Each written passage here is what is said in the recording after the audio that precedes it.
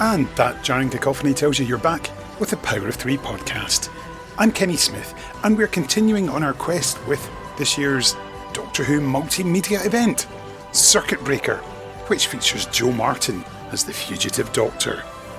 We've been bringing you interviews with the people behind the adventure so far, speaking to the creatives who brought us Titan Comics, a Doctor Who magazine comic, and a BBC audio. And now we're returning to Titan for the second part of their adventures and their input into this event. We're talking about Dawn of the Daleks. But as a quick reminder, what is Circuit Breaker all about?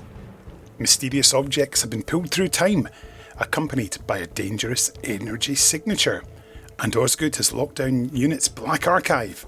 With time running out, perhaps literally, she's called for help. And she's working with the Fugitive Doctor. The BBC Studios mixed media adventure is underway, bringing together a range of long-standing Doctor Who partners, including Titan Comics, Doctor Who Magazine, BBC Audiobooks, East Side Games, Puffin, Penguin Random House, and Big Finish. So, what more can I tell you about this latest adventure, Dawn of the Daleks? So, to bring you up to speed, here's what the comic has to tell us. In the depths of UNIT's most secure facility, the Black Archive, familiar artefacts have been pulled through time and space, corrupted by a dangerous energy that threatens to tear reality apart. The head of the Black Archive, Osgood, and her assistant, Andrew, have called on the Doctor's earliest known incarnation to help. Using Andrew's invention, the Resistor, the Doctor must return these objects to where they belong and remove the energy from them to seal the tears in reality. And the object at the centre of Dawn of the Daleks is a Gallifreyan time ring, which the Doctor must return to Skaro. So here we have another exciting adventure. I have got some of the variant covers already. And the one that I read features the Fugitive Doctor with Osgood at her side, the Doctor holding up the Resistor, and she's got her hat on, and behind them are three new series Daleks in their bronze colouring, looking quite impressive against sort of a goldish sky with green round the outline. There's of course variation covers. Another one I have here features the words "And now Skaro," and it's got the TARDIS sitting on the surface of Skaro, surrounded by handmines, which you may recall from television and Peter Capaldi's era, from The Sorcerer's Apprentice and The Witch's Familiar. Glorious. And there's also a lovely photographic cover as well that I'm looking at just now as well, which has got the Doctor lowering her glasses, no hat on, and she's got Osgood and Andrew behind her, Osgood looking all scientific in her sort of purple gear and glasses on, while Andrew's behind in his lab coat with his arms folded. Osgood has a lab coat on as well. And behind them there's a photo of three Daleks, pretty much I'm sure from the Parting of the Ways photo shoot, where there's one looking straight at you on the right, one slightly off at an angle, a Dalek that's completely turned as you see it in its profile. There's another artwork cover which has got the Doctor sitting on top of the TARDIS, and it's all surrounded by fronds and plants, so she's looking quite happy there. She's got her hat on, but she's wearing a yellow neck scarf and shirt, it appears to be, or gold even. Hey, who knows, it's probably just the light of Skaro, and the light of the TARDIS is glowing of course inside as well. So, that's me. Set the scene enough, I would like to think. This story of course follows on from our previous episode 555, which was The Deadliest Weapon by Steve Lyons, BBC Audio, in which the Doctor had memories of her time with Division and using the DMAT gun from the Invasion of Time. But there's no sign of that here. So, without further ado, let's meet the creatives involved in this episode, which follows on directly from The Deadliest Weapon. Hi, I'm Dulce Montoya. I'm a comics writer and editor, and I am the co-writer of Doctor Who: Dawn of the Daleks. And I'm Jonathan Wilkins. I'm the editor of the Doctor Who range at Titan Comics. Indeed you are. So welcome back, guys. Great to see you both again. Thank you. Good to be here. Oh, it's good to have you back. It's good. Well, we like to see, that's why you did well first time, so we have to have you back. We like people who are entertaining and fun. So Jonathan, tell us, why go for 2 books this time with Circuit Breaker? What was the decision behind that? Well, the decision behind it was, like a lot of these things, slight panic. We were the first sort of project, to up, and we kind of thought, well, we would traditionally do maybe 4 issues, I think, and that would just take too much time, and it would mean that everyone else would be waiting for us to finish our run of stories, as opposed to, telling our story and then on to the next part of the project. So I did originally have it down as, in fact, I think it was originally down as 2. No, it would have been 2 4-part. Anyway, it was way too long, way too difficult to manage, being part of another project. So we sort of had to cut it down a bit, and we put it into position so that we would be the first comic book out. Then there'd be a couple of other stories with other people. I think there's a CD, and there's there was Doctor Who magazine had their comic as well, and then we're back to the Daleks with Dawn of the Daleks. I suppose then that you're having picked your writing team for the first part with the fantastic Adventure of the Daleks, holds up my cover here, and has bought in Forbidden Planet in Glasgow. And I suppose by having that same writing team across, it makes things a lot easier for yourself, Jonathan.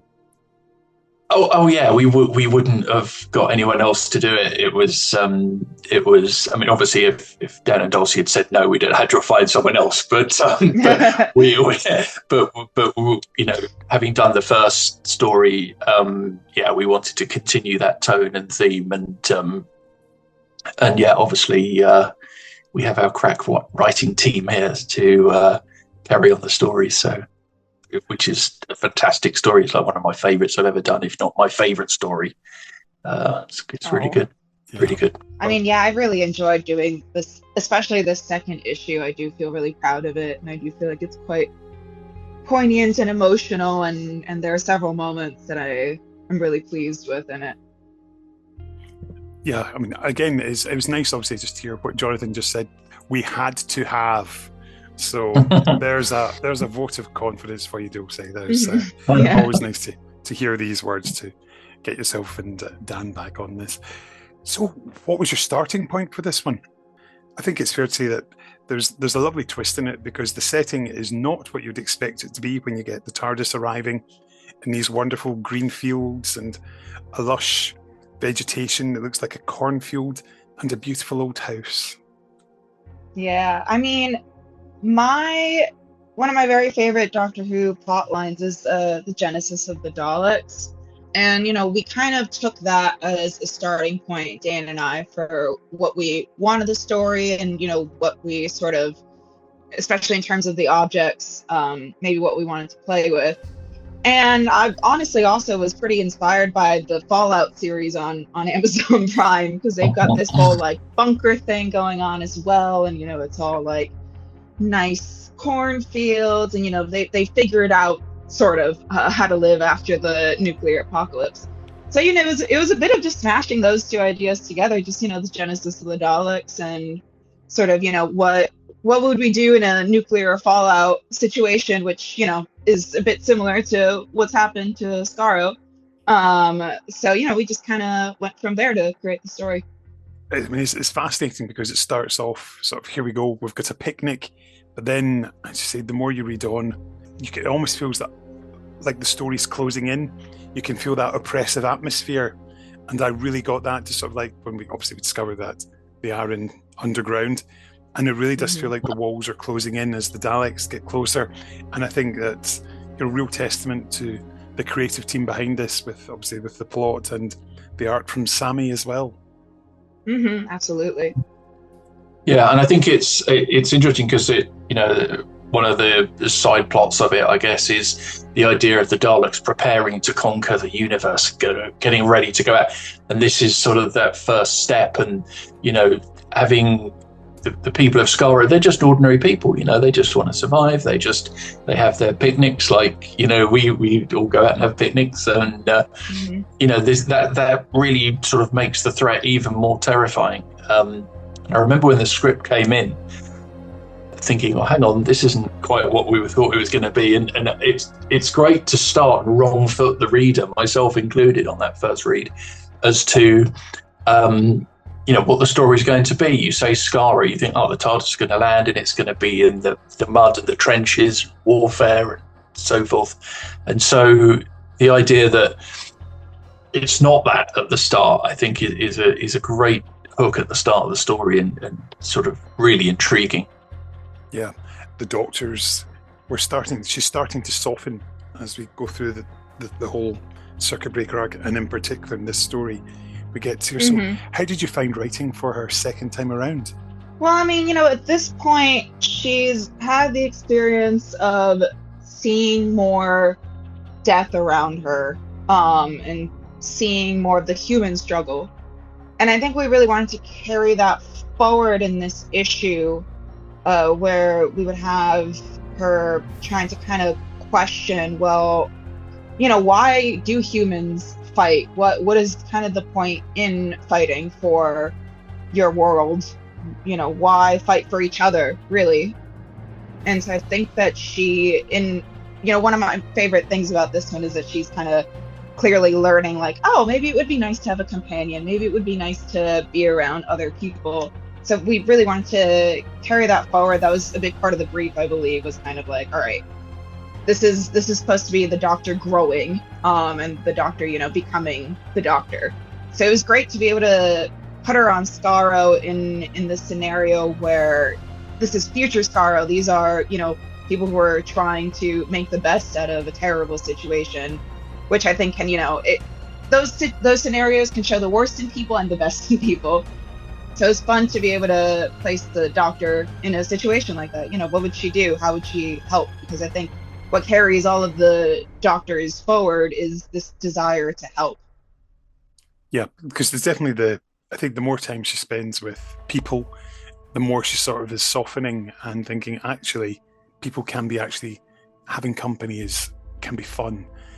Or it's good for you as well. It's good for the soul not to be alone, to carry the burden and have to solve everything yourself. So I think that's yes, absolutely, yeah, a nice thing to have. Now, Jonathan, you mentioned that you were surprised. Were you expecting pretty much every Dalek ever to make an appearance? Well, not quite. I think we discussed it quite a lot with Sammy, and the idea was let's just come up with loads of different colour schemes for the Daleks and loads of different designs of weird designs and stuff that we don't necessarily explain. I think there's a Dalek with devil horns. I'm not quite sure, but that is Dan and Dulce can explain that in the next story arc. But it's just stuff that is weird and unusual, and I think there's a Dalek with two heads, and there's and it just, these are all sort of weird variants. And then there's we see the paradigm Daleks in there briefly. And so the idea is that at the very start, all of these Daleks come out the factory. So the Daleks that you see over the course of 60 years now of Doctor Who, they were all there from the start. They were all ready to go, and they've all kind of gone out into the universe to do evil things. And plus, there's a secret hope that character options might make toys off them and send them to them. But yeah, so far no luck. But yeah, you never know. Well, Algier's one of my best mates, so I will send him a text when we're done. Yeah, remind him. Yeah. So yeah, that was the kind of thought. But we've also got obviously a cameo from Davros. We've got which I think is a great little thing to see him at an early stage of him. You might note his fingernails haven't grown very long at this point. In Genesis, he's got these long fingernails, so he's at the start of those long sleepless nights making Daleks and letting his personal hygiene go completely AWOL. So So yeah, there's little sort of Easter eggs like that are kind of woven and a lovely wee cameo from Tom Baker as well for a frame as well, which is hey, if it's a callback to Genesis, you've got to have Tom in there. Yep. Absolutely. Yep. Did you specify any particular Daleks when you were writing this, Dulce? Yeah, I know that we did. I think more of the direction was more kind of terrains that you might see them. I sort of remember writing, a Dalek that can go underwater, or, silicone Dalek, or, Dalek that can go on, low gravity, high gravity, what have you. I think it was more kind of scenarios of where would these Daleks, be deployed was sort of the thing. And I think, Sammy then ran with that. Really credit to Sammy on that. Yeah, and he did a great job, because Dalek, I know Lee Sullivan is a good mate of mine who is one of the great Dalek illustrators, and I know from talking to Lee that Daleks are really hard to draw. They're just weird, a kind of strange bunch of shapes, and it's ever so slightly off. It really throws the whole thing off. So Sammy, on his first attempt, sickeningly, I think has got it nailed down and done a brilliant job. Mm-hmm. So yeah, really Absolutely, pleased. Yeah. You should tell Lee that Sammy says it's easy. Oh, I will. No, so Lee will never speak to me again if I say that. Oh no, don't do that. These are good. These are good. And I should also point out the Daleks are also our colorist Valentina, who basically got all her coloring pens out and just drew all the Daleks colors quite brilliantly and painstakingly. I think probably added an extra week or two onto the project. Because it's just sort of more colours, and then we say, "Oh, hang on, we haven't got any Time War Daleks. We need those bronze Daleks in there somewhere, because they're sort of the current iteration 20 years on." I did like seeing Special Weapons Dalek in the colour of the Dalek Supreme from the new series, the story. Yeah. So you've got that sort of reddish, goldish colour, and the Special Weapons Dalek was great in that. So.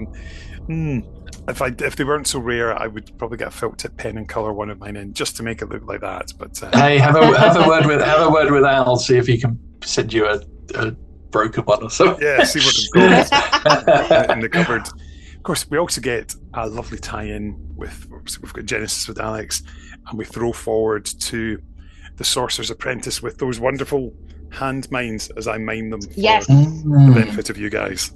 Yeah, I think I mentioned last episode that we were on that Capaldi is my favorite Doctor, and so that episode with Capaldi, having to save Davros, child Davros with the hand mines, it was great fun to be able to use that. Yeah, it's a lovely touch. I mean, it's nice done, and the fact that they're not gratuitously there, they're actually a good part of the plot and come in quite handy without saying too much. But yeah, very good. Well, funnily enough, we had a signing the other week with Jo Martin, Forbidden Planet in London, and she was flicking through the issue. And she brought her husband along, and he was looking, and he kind of was reading it while she was signing about 1 million comics, and he suddenly went, "Oh, it's the hand mines," like that. So very excited to see the hand mines back in the show. It's like that's great. Yeah, I do feel like they can be utilized a bit more. So yeah, I was pleased to be able to do it. Yeah, absolutely. It also feels to me, it feels a bit like the first Dalek film, first Dalek story as well, with that sort of the travel across Scarrow to the city and making their way in, which I thought was lovely. I'm assuming that was a deliberate homage, as we get this little band, and sadly, bit by bit, we get to see the real dangers of Scarrow as the band is whittled away bit by bit.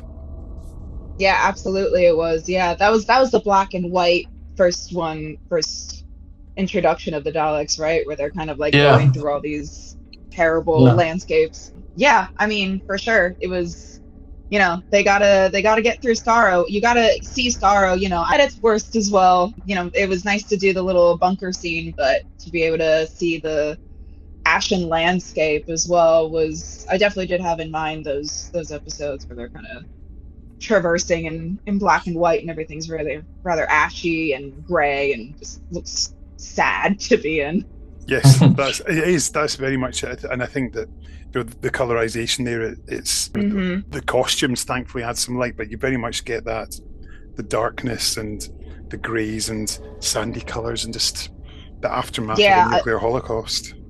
Yeah, you really do. Yeah, the color. I mean, every time I really got pages for this, it was always wow. Look at especially like those the Dalek factory stuff, and traversing through Skaro, and the colors just really add to it. Absolutely.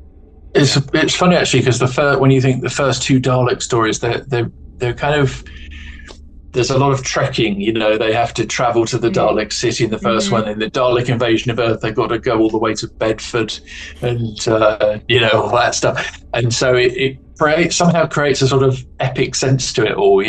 Of this isn't all happening in one tiny place. This is taking place across, a planet or across the UK. Slightly small scale maybe, but I think it adds a lot of flavour to it. And it's the idea of this nuclear holocaust, and then you've got these brightly coloured Daleks, that are reds and yellows, and there's something kind of sort of off kilter about it in a way, which I think is there's something a bit sort of weird, rather than the Daleks just be a sludgy dark colour. I think I like that.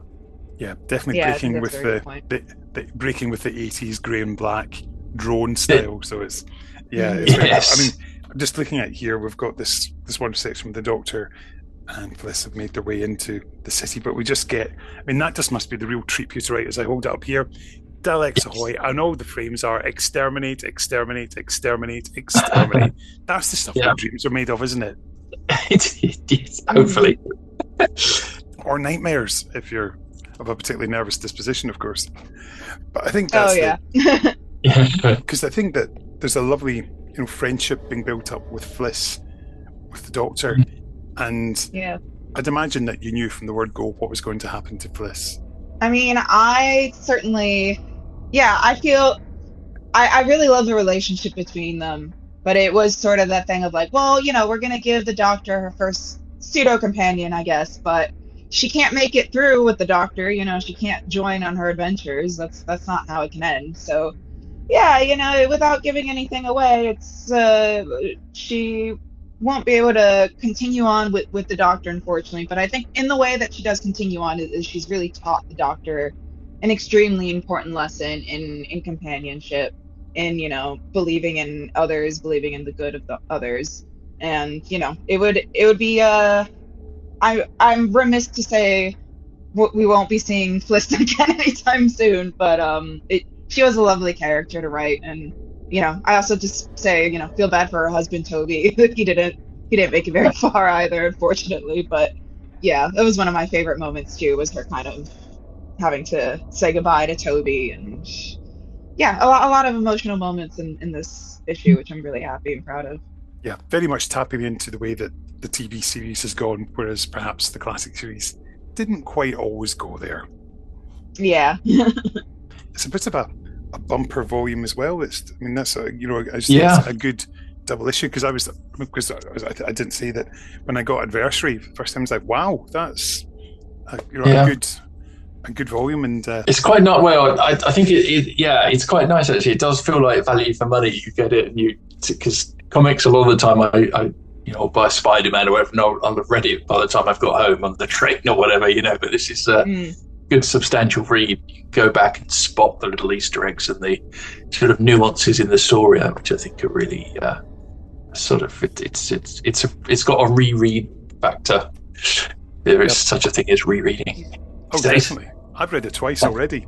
So I read it last week when I got back, and it was there in the post for me, and reread it again today at lunchtime. So it's something I didn't ask last time. In terms of, obviously, every episode of Circuit Breaker, the Doctor's given their mission to return a particular object.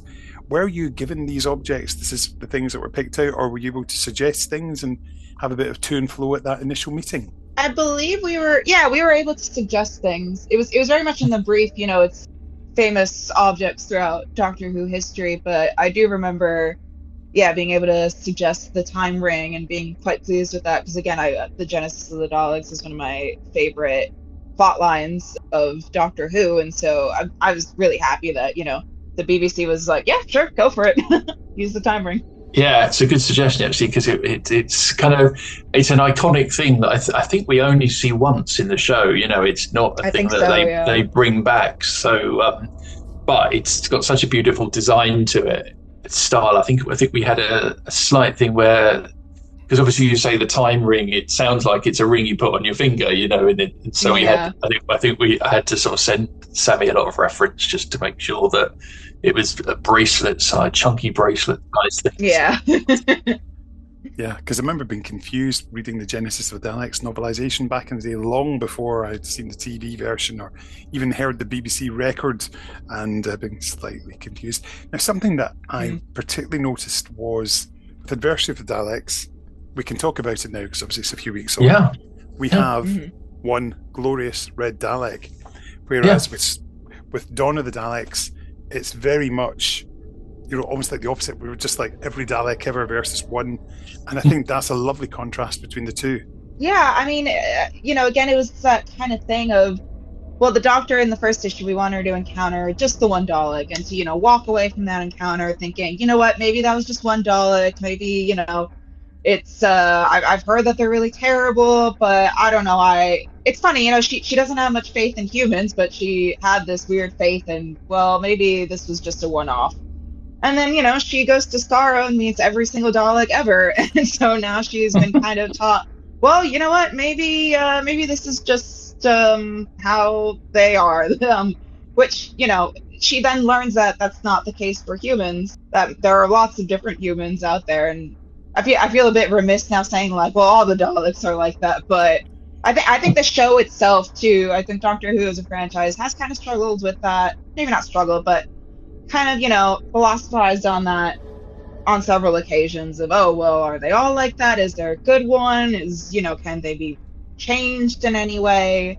But I think the point of, Dawn of the Daleks was more to teach the Doctor, like, these are not creatures to mess with. The next time you encounter one, you'll have a better sense of, okay, now I know what I'm working with, and maybe I shouldn't go in so, just kind of, shrugging my shoulders at what's going to happen. I'll be far more prepared the next time I meet a Dalek.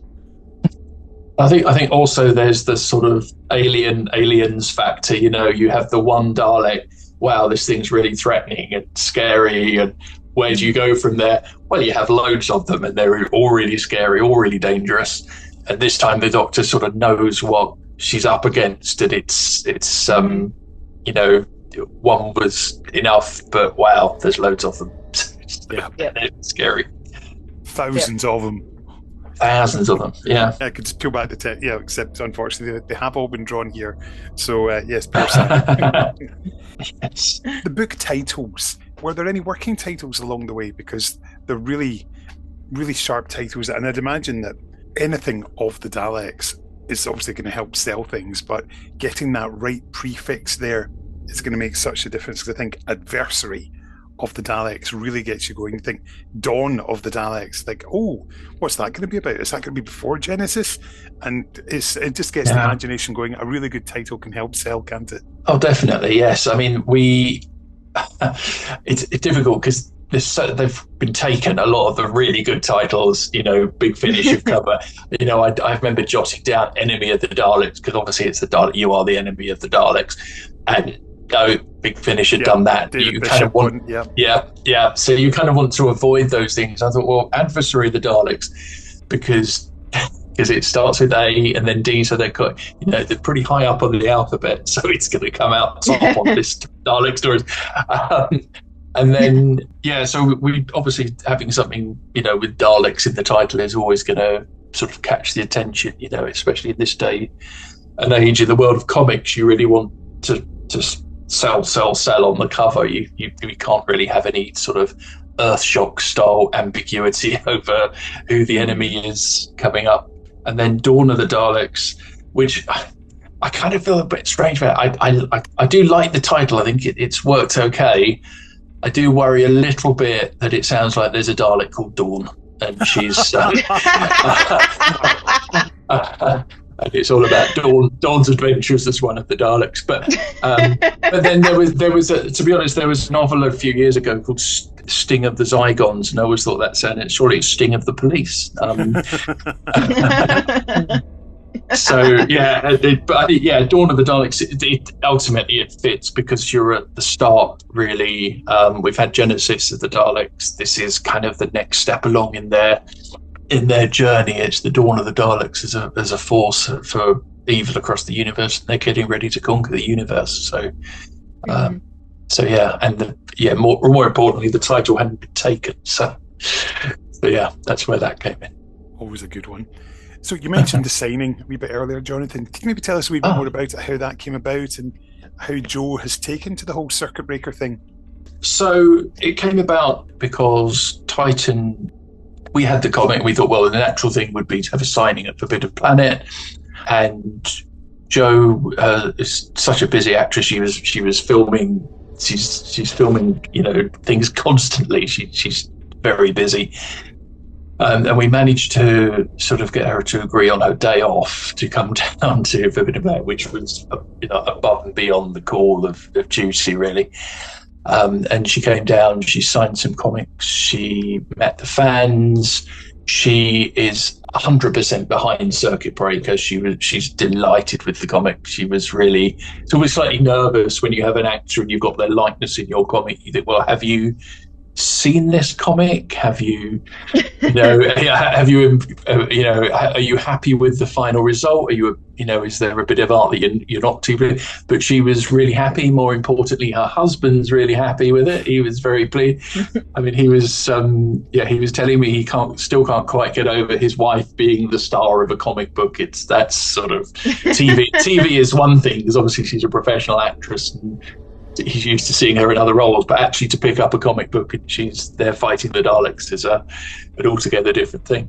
Yeah. And as you might imagine, Jo, she absolutely loves Doctor Who. She absolutely loves her fans. We had, I think it must have been about 200 fans came along to, and it was a very rare hot day in London. It was actually really warm, and there were people in the long scarves, and a guy came dressed as Nardole, in a duffel jacket and a woolly hat.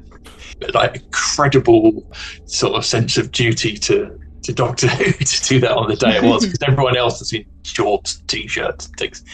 And it went really well. It was a really lovely signing, and as I say, I think Jo she's been very active in the whole Circuit Breaker thing. She's written one of the books that I think has just been released. Not out yet, but I have my. Oh, it's not out. It's not out yet, but you got one. There you go. Look at that. And so, it's really great. It means a lot to have her on board. She's sort of all over Instagram, sort of helping us promote the comic, which again is above and beyond sort of what we would expect for an actor, in the show to do. So big shout out to Jo. I think she's absolutely brilliant. Yeah, very much so. And the fact that her husband recognised the hand mines and says, could there be a Doctor Who fan in that house? I think there's almost certainly. Yeah, almost certainly. Yeah, a couple of big fans. I think Jo, one of Jo's children. That's the Titan contribution to Circuit Breaker there. So how are you both feeling about it now? Great. I mean, I'm super pleased with how it came out. Really excited for the trade to come out. I think it'll be coming out around Christmas time, so everybody I know can get one for Christmas.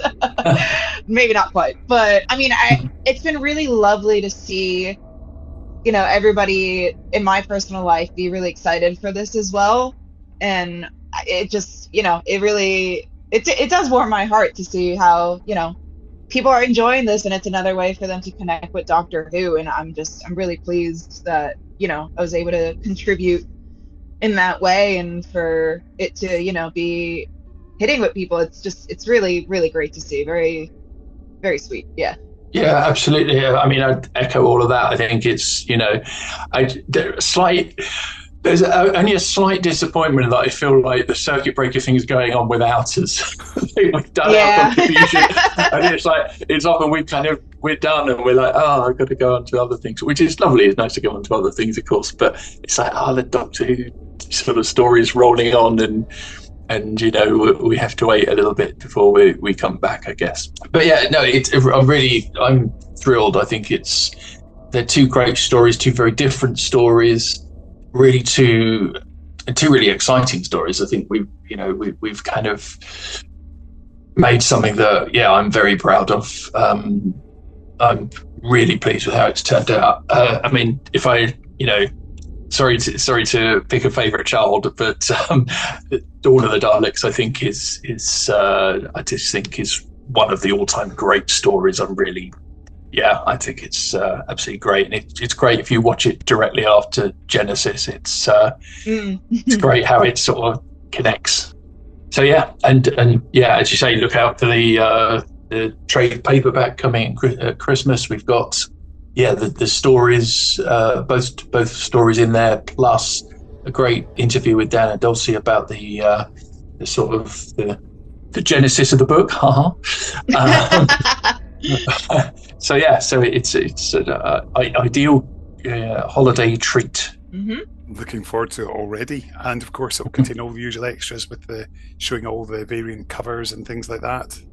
Oh yeah, yes, that's right. Because there's not actually, because of the way it's laid out, the books, we haven't been able to show all the variant covers in the actual the individual issues. But collectors might like to know that in the trade paperback version, there will be that checklist of all the various different covers to be tracked down in your comic store. Good luck. See, that's the thing. I'm not normally. I'm quite happy to get one cover, and I'm quite happy with it. But I don't know. There's something about these having got, three versions of Dawn. It's like, I might just have to dip back into Forbidden Planet and get a few more. So ask Peter and David there if they can help me out. So. Oh yeah, they'll help you out. Peter and David are great. They'll be able to help you out. Very much so. Very much so. So, got to ask, what's coming next? What projects have you got lined up, Dulce? And what can we expect from Titan, Doctor Who-wise, in the near future, Jonathan? I've got some creator-owned things in the pipeline that I'm working on. One of them is this horror fantasy, dark fantasy sort of story set in Colombia, which is where my mother is from.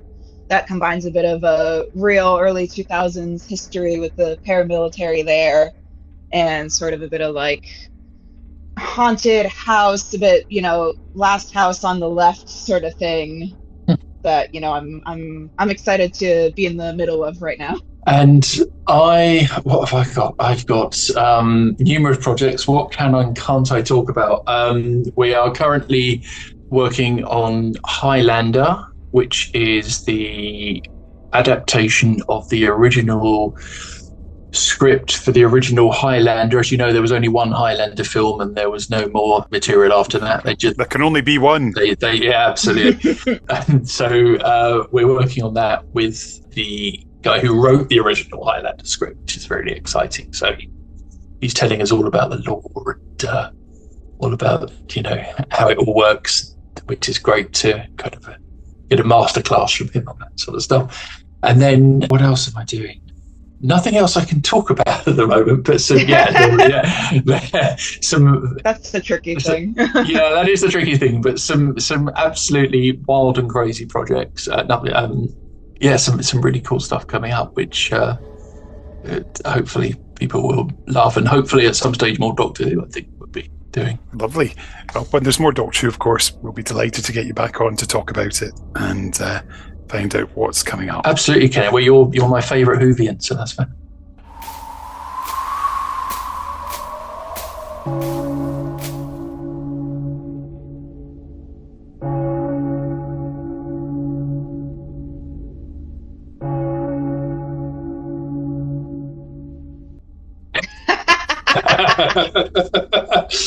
There we go. Good job it's audio only. But genuinely, huge thanks to both of you, for your kindness and giving up your time to come on and chat about these fantastic books. I've loved them, and I've seen so many great reviews online, lots of positivity in social media. How often does that happen? So well done, both of you. And, Thank you so much. Thank you. Brilliant stuff. Thank you so much to Dulce and, of course, the brilliant editor, Jonathan Wilkins. Remember, of course, you can keep up to date with all of Titan's Doctor Who output on Twitter at Comics Titan.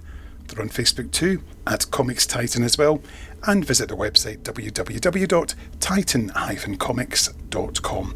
So you've no need to ever miss an issue. That might be the end of Dawn of the Daleks, but it's not the end of Circuit Breaker, because we're going to be back next time with a look at the short story which appears in Time Lord Fairy Tales, The Doctor and the Three Witches. And I'm delighted to say we're going to be joined by its author, Janelle McCurdy. Remember, you can follow the Power of 3 on social media as well. We are at Power of 3 Pod with the number 3 on Twitter.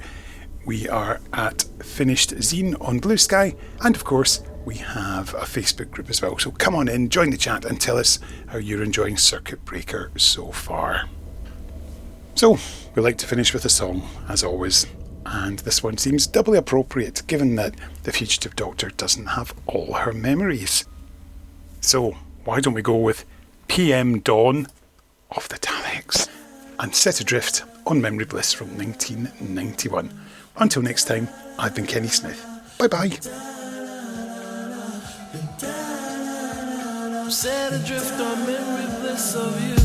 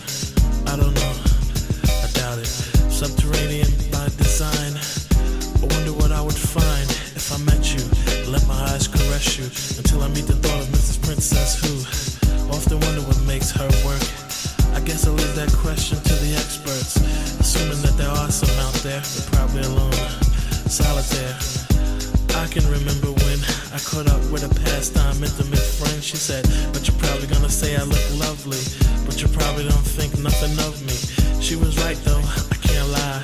She's just one of those corners